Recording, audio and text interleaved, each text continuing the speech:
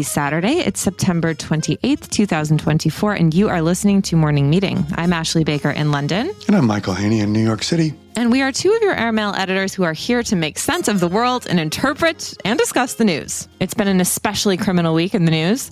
In New York City, where Sean Combs is remarkably sharing a jail cell with crypto fraudster Sam Bankman-Fried, Mayor Eric Adams has been indicted in a corruption investigation. His home has been searched. He's also been accused of conspiring with the Turkish government to receive illegal foreign campaign donations, and then allegedly pressuring fire department officials to sign off on the opening of the new Turkish consulate, even though there were safety concerns about the high-rise building. Meanwhile, all over the world, we have a new feminist hero in Giselle Pellicot, the 71-year-old French grandmother who's at the center of one of the most shocking rape trials of all time. But as usual, Michael, airmail and morning meeting are the antidotes to all of the news of the day. Absolutely. We have a terrific show today. First, 50 years after Hunter S. Thompson took on Las Vegas in his book Fear and Loathing, we have a look at a 21st century Vegas that is unlike anything you can ever imagine. Our writer, Darius J. Rubin, traveled to Laos, the country nestled between Vietnam, Thailand, and China, where an opulent casino lies at the heart of a vast human, drug, and wildlife trafficking operation. You've got to hear this to believe it. Then, we all know Elaine May, who was Mike Nichols' partner in the transformative comedy duo Nichols and May. Well, she's 92 now and is not retired, and our writer, Roger Friedman, caught up with her recently over deviled eggs at Sardi's. He'll tell us all about it. And finally, speaking of great duos, during World War II, Lee Miller and Dave Sherman were one of the great photojournalistic duos. Their story is now the subject of a new movie, with Kate Winslet portraying Miller and Andy Samberg starring as Sherman. And Sherman's son, Tony, will join us to discuss his memories of his father and Lee Miller and their exploits during the war. Ashley, where would you like to begin today? Let's start with Tony Sherman, Michael, because, if you don't know about Lee Miller, she was a model, she was a photographer, she was a complicated and fascinating and beautiful woman, one of the greatest beauties of her generation, it was rumored.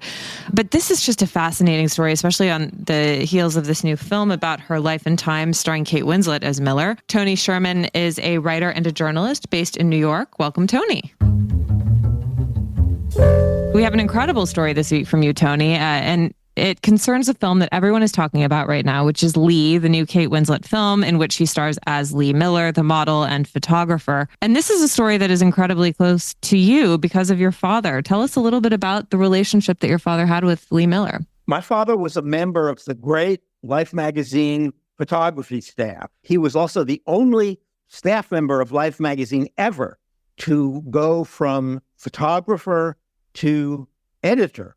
He was a photographer from the late 30s until the late 40s when he went freelance and wrote several books and was an early TV producer. He produced the Texan Jinx show.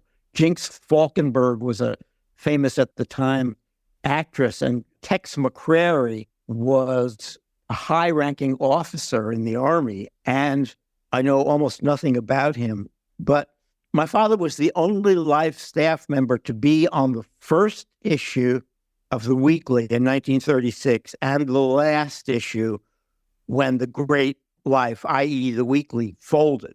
He was there from 36 to 72, and then he stayed and edited The Best of Life, which sold 3 million copies, and he didn't even get a bonus. He retired early, and he became a carpenter on Cape Cod and built several houses by himself, as he had built the house that I grew up in Stony Point, just north of here. In any case, he and Lee Miller happened to be in London when the Blitz was on.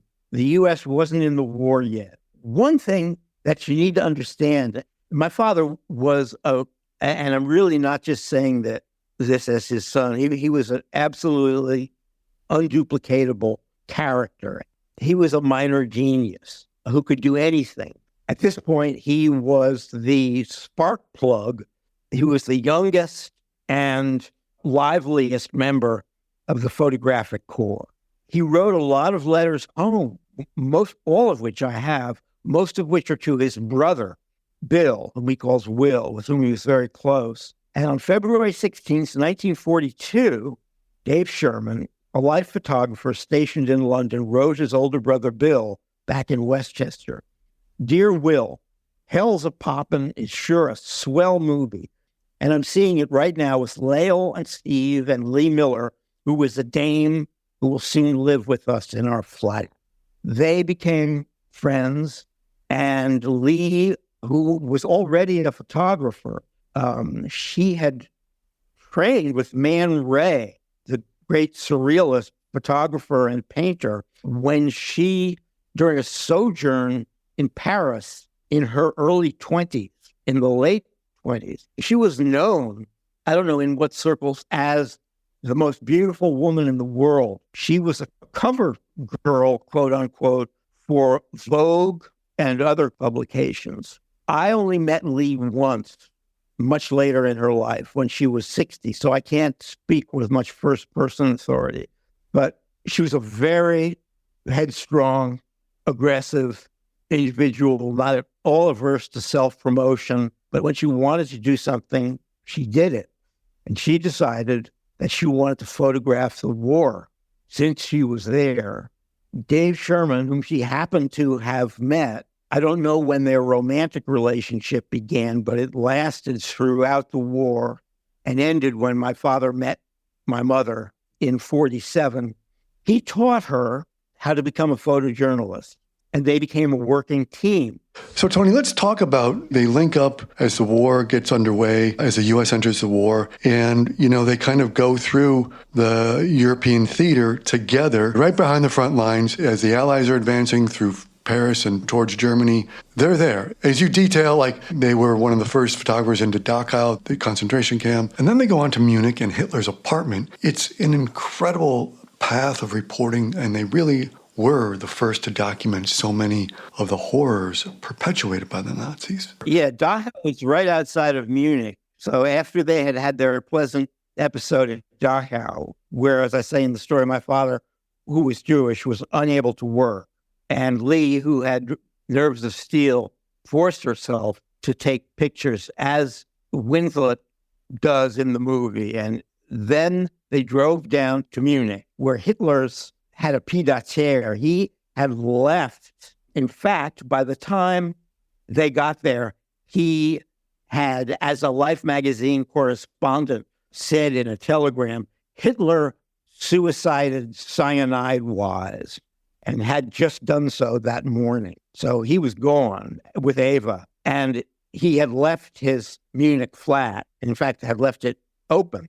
Tony, I want to ask you about, as you know, they did fantastic work putting themselves behind the camera, but back to that moment when they're in Hitler's pied-à-terre in Munich, your father takes a very famous photograph of Lee. I'm talking about the incredible photograph of a war-weary, yet still beautiful Lee bathing in the bathtub of the now dead Hitler. Can you tell us about how that photograph came to be and how it was received? Obviously, they saw a great symbolic opportunity, and that would be reason one. Reason two, as my father said, somebody asked them afterwards, how could you put your bare behind in Hitler's tub? Someone asked. And my father said, we hadn't taken our clothes off in 3 weeks. We stank like a bunch of polecats. Here was hot water, soap, towels, and a tub. We couldn't resist. And then Lee took a nap on Eva Brown's bed. She had talked her way on to the British edition of Vogue, and then Vogue itself, and was sending not just photographs, but dispatches back to Vogue. So she wrote her Vogue readers, and she was featured very prominently during the time she was snapping and writing. She wrote in her column, it was comfortable but macabre to doze on the pillow of a girl and a man who were now dead and be glad they were. So many of these moments are also captured in this new film, and it's kind of an interesting moment for you, right? Because these stories, Lee and your father have not really become figures in contemporary popular culture, and they're about to be. I'd love to get your view on how you feel that they're portrayed and how close to reality the story hews in the film. As far as portraying the characters go, Winslet, as I say in my airmail piece, who was in almost every scene and whom I, like most people, admire tremendously as an exceptional actress. gives an Oscar-worthy performance. What she really conveys, she came to New York to take me, and I brought my two daughters to a private screening where we watched the movie, and then she took us out to dinner, and we talked for 2.5 hours. She wanted to know if they had done a good job. She is able to register the horror in Lee Miller's eyes as she witnessed bombings. They do a really good job of conveying the horrifying violence of war, of shots being exchanged and having to jump out of the way of bullets. You see the camera spends a lot of time on Kate's face registering horror. That's what really stays in my mind about her portrayal of this woman who was a skilled photographer, but a novice photojournalist and was not used to these circumstances. Andy Samberg had a much tougher role. All I'm going to say is that David E. Sherman was as I say in my piece, an unduplicatable character, a wise guy with his own very ironic, very personal sense of humor. What's wonderful about the story this week is you've given such a nuanced portrait of two tremendously talented people going through the war. And I think you've delivered a beautiful testament, not just to Lee, but most of all to your father, Dave Sherman. And we're very grateful to you for sharing it with us today. They were both exceptional people. Thank you so much for sharing it with us. What a story, Michael. I can't wait to see this movie. Is it out in New York yet? It is. It's just opening this weekend, so I look forward. It's in theaters now. Michael, shall we go on a different type of a trip to the wild, wild East?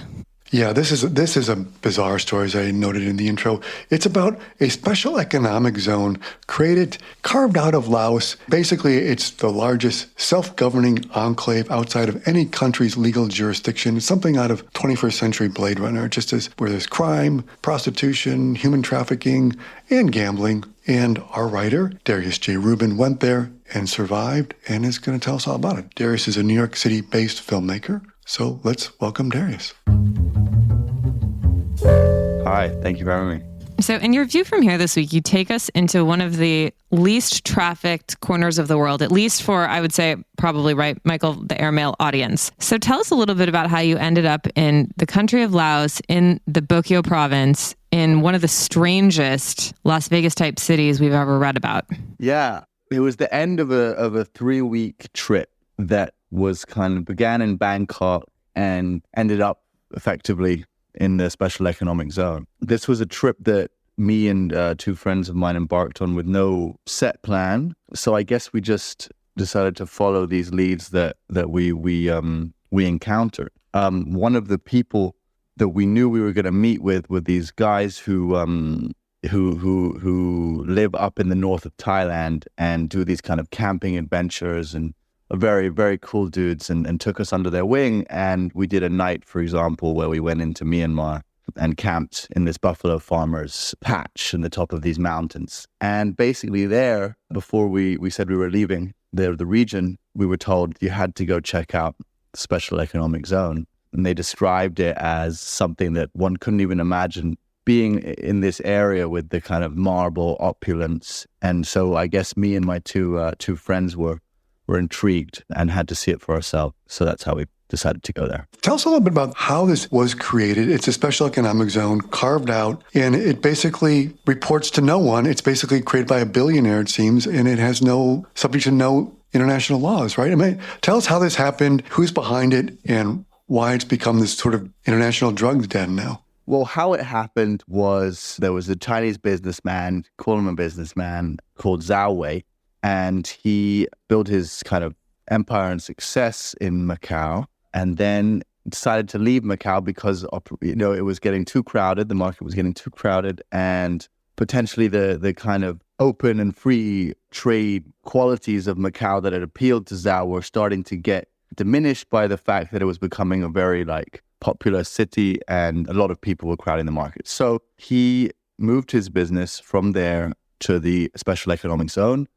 How did he do that? Well, he struck a deal with the Lao authorities and effectively bought the zone, which is 100,000 acres roughly area on the side of the Mekong River, and it gave him a 99-year lease to the land, wherein he was the kind of leader and didn't report to anyone. As you mentioned, police or Lao authorities can't really go in without the explicit permission of Lao and his managers. So it really is his own enclave, his own place to do with what he wills. But what I did find out is that the Lao government also retains a 20% stake in the GDP or profits of the zone. So there is something there where I guess their interests are shared, at least 20% of them. It's the largest self-governing enclave outside of any country's jurisdiction, unregulated city, veritable crime hub, meth, prostitution, wildlife, trafficking. You name the trafficking, they've got it. But the majority of people going there are Chinese, so much so that the yuan is the kind of currency, because Chinese tourists are going there for gambling, like any Vegas kind of thing, right? So, and then below that, there's this, or maybe parallel to it, there's all this trafficking that's going on, right? Yeah. I think what's stark is Zhao Wei and the official communications and PR of the zone are painting it as a holiday destination, but with a purpose. You know, they hand out booklets to everyone who visits the hotel, outlining the immense development happening in the region, the immense health facilities, sport facilities, a new airport, things of that nature. I guess an optimist would call it just coming around the corner, and this is what's happening now, and soon it's going to be a region that's very well developed and give a lot of life and economy to the area. And then a cynic would say perhaps that it's just a front for Zhao to continue his practices without too much questions from the outside world, even though there are beginning to be more and more now and more things like that. But definitely what was interesting to me is, yes, you see a lot of Chinese tourists, basically. I mean, you don't really see any other tourists apart from me and my two friends. And they come, and yes, they gamble, but it doesn't seem like it's enough really to sustain the level of development in the region, because the hotel isn't full. The hotel is actually starkly kind of empty. So that is kind of begs the question of where is the money to fuel this operation coming from? Okay, maybe not just the tourists who come and gamble in the hotel, because it's not enough. Are you saying it might be a front for something? Possibly. Don't quote me on that. But it could look like that. Darius, did you enjoy your time there? I mean, I've only been to Las Vegas once, but it's certainly a memory I'll have forever. I found the whole atmosphere to be somewhat depressing, watching people lose money. But how did you find this situation comparatively? Well, I'd never been to Las Vegas, but yeah, this one was pretty depressing. Honestly, it was the most scared I've been in a long time, just because of how eerie it all was. And it was the end of a long trip. And yeah, it's always depressing to lose money as well, which you inevitably do at casinos.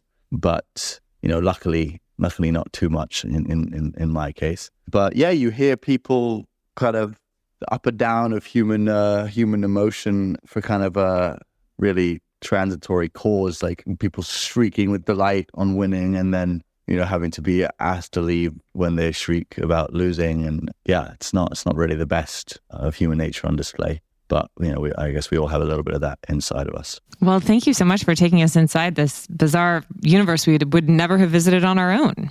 Yeah, with pleasure. Thank you for having me.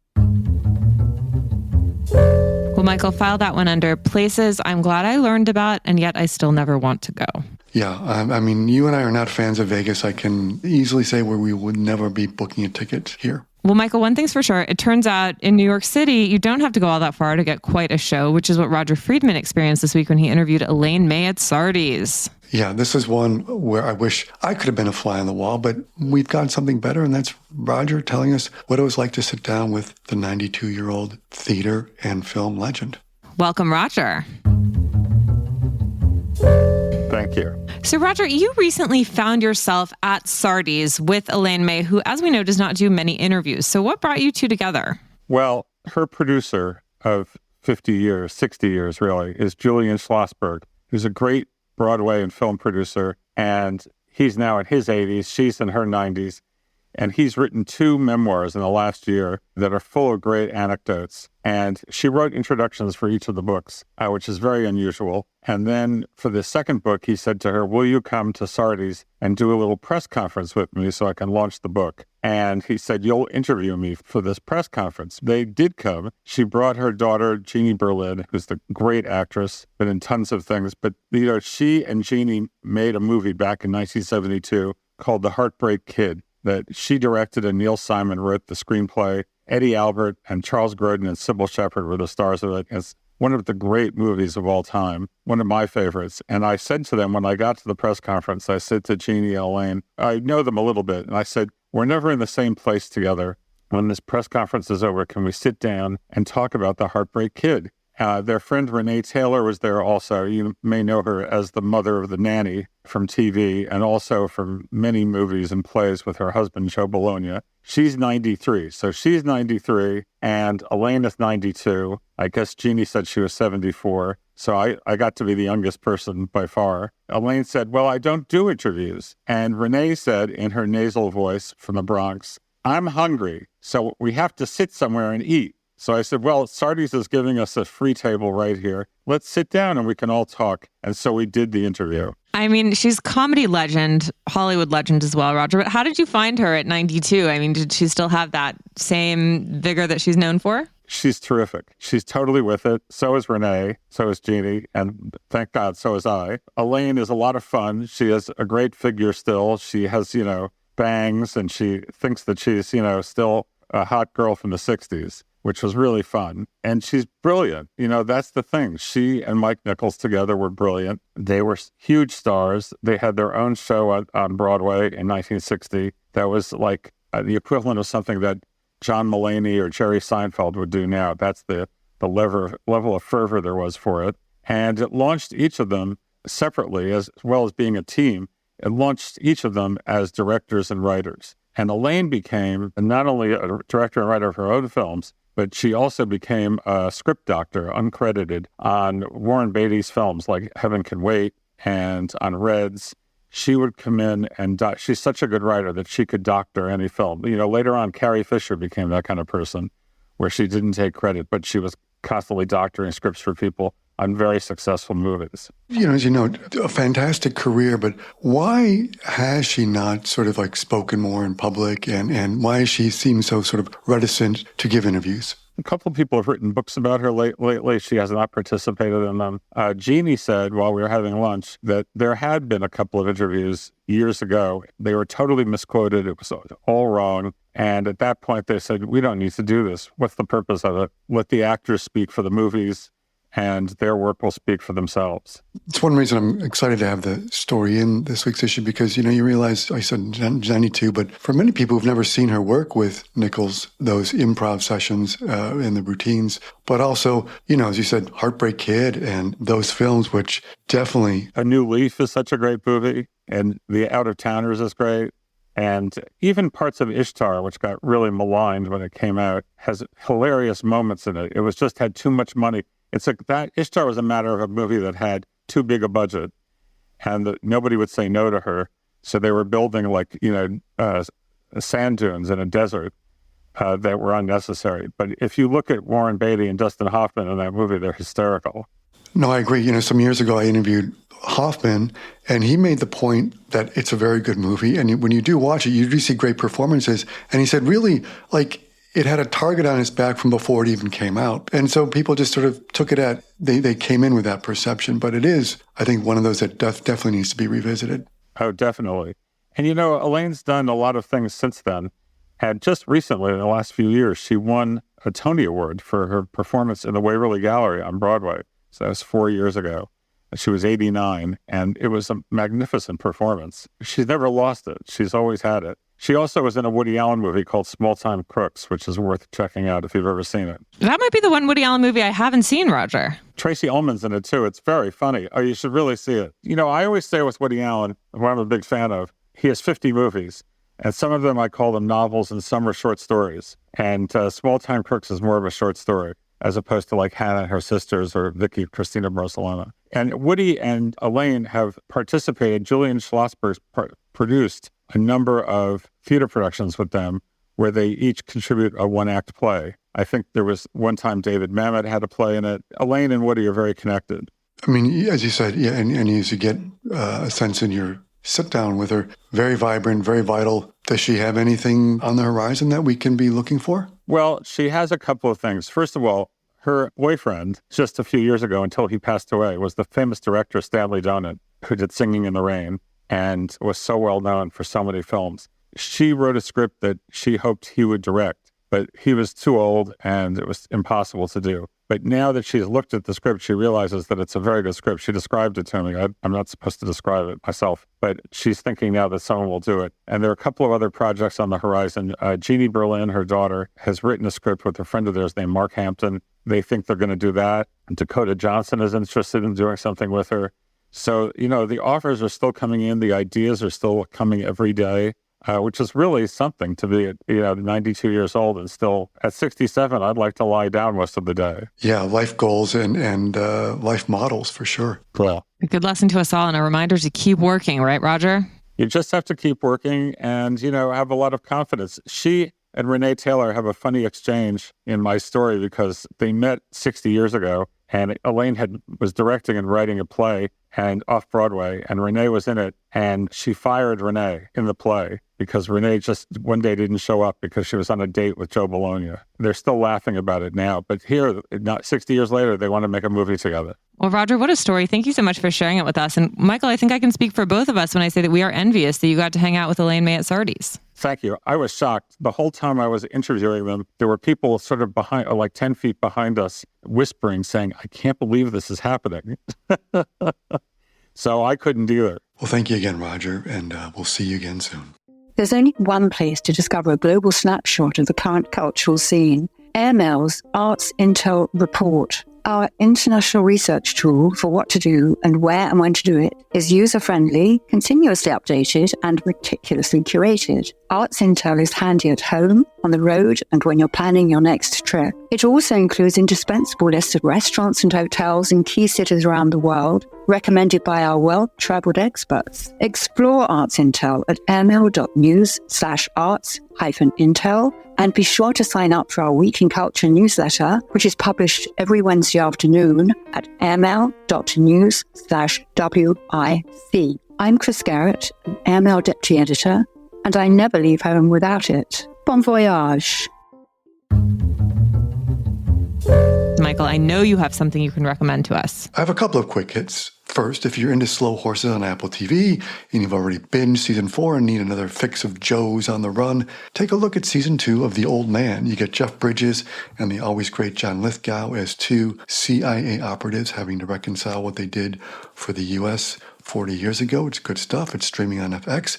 And second, I'm going to check out a new rom-com this weekend on Netflix that I've heard promising things about. It's called Nobody Wants This. It stars Kristen Bell and Adam Brody. And speaking of Elaine May, it sounds a bit like it's inspired by her and also Bruce J. Friedman, who wrote The Heartbreak Kid. It's a hot agnostic blonde meets a young, handsome rabbi, and they fall in love. Or do they? Or try to.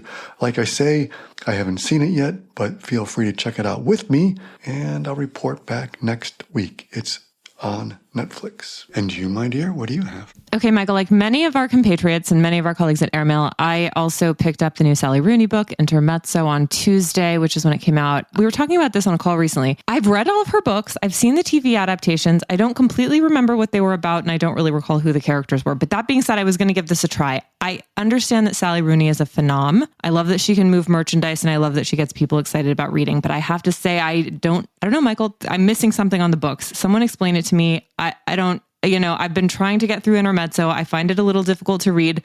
Okay, so here's my theory on Sally Rooney. I feel like she bears witness to the meaningless of modern life. And because of that, people feel seen, and that's why they enjoy the books.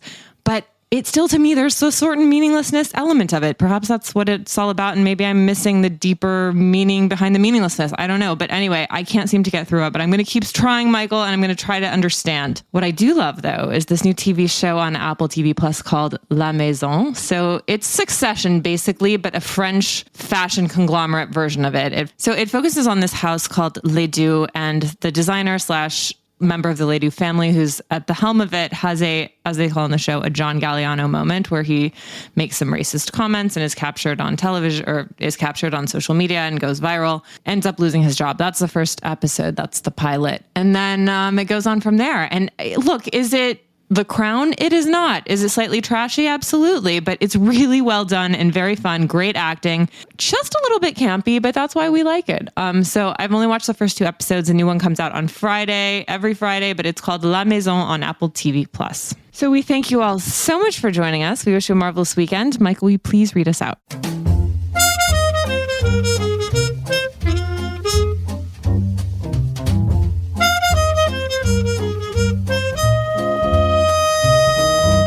Our morning meeting is produced by Airplay Productions and edited by Jesse Cannon. Our coders are Graydon Carter and Alexander Stanley. Our chief operating officer is Bill Keenan, and our deputy editors are Ashley Baker, Chris Garrett, Nathan King, Julie Vitale, and Ash Carter.